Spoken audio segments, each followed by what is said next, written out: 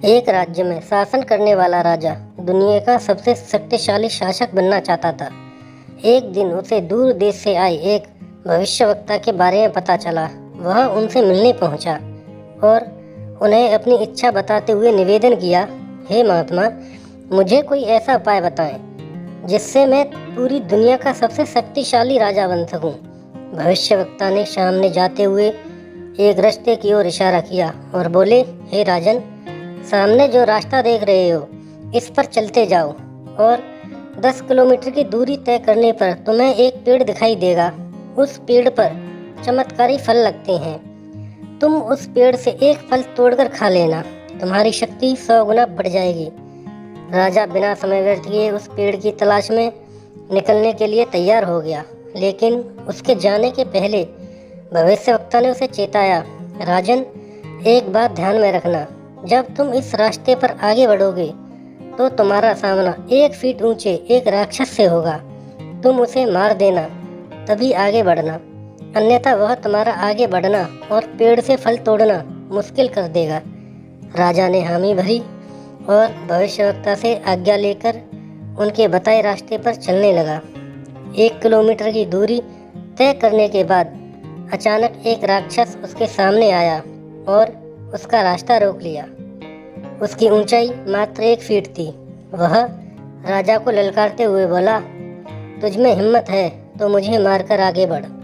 राजा ने देखा कि राक्षस कद काठी में बहुत छोटा है।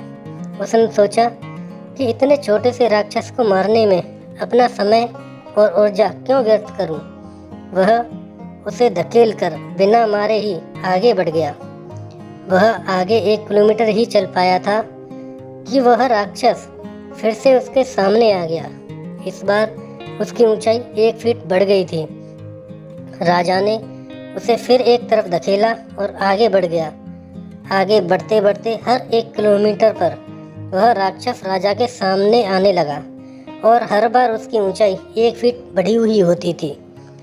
राजा हर बार उसे मारे बिना आगे बढ़ता जाता।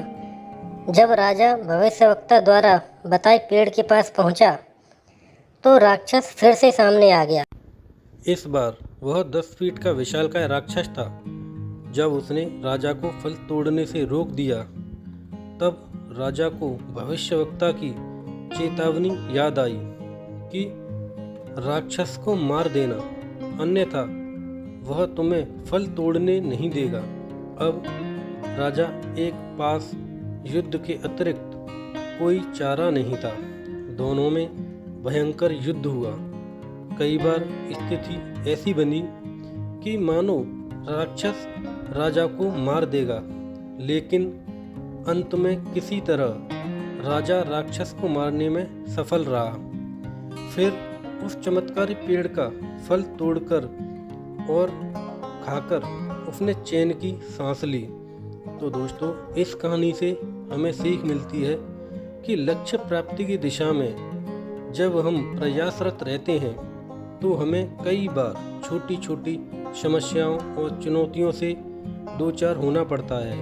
हम अक्सर उन्हें छोटा या तुच्छ जानकर नज़रअंदाज कर देते हैं और उनका निराकरण नहीं करते। फिर धीरे धीरे वही समस्याएं और चुनौतियां बड़ी होती चली जाती हैं और एक समय ऐसा आता है जब उन्हें नज़रअंदाज करना संभव नहीं हो पाता और वे हमारे लक्ष्य प्राप्ति के मार्ग का रोड़ा बन जाती हैं।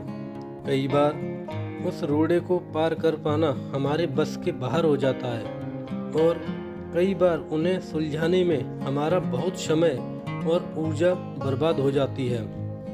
बाद में हम पछताते हैं कि हमने पहले उसका समाधान क्यों नहीं निकाला। इसलिए बाद में पछताने से बेहतर है कि समस्याएं शुरुआत में उस वक्त ही सुलझा ली जाएं जब वे बहुत छोटी हों। तो दोस्तों, ये थी आज की कहानी। अगर कहानी पसंद आए तो चैनल को सब्सक्राइब करें और बेल आइकन को दबाना ना भूलें। धन्यवाद।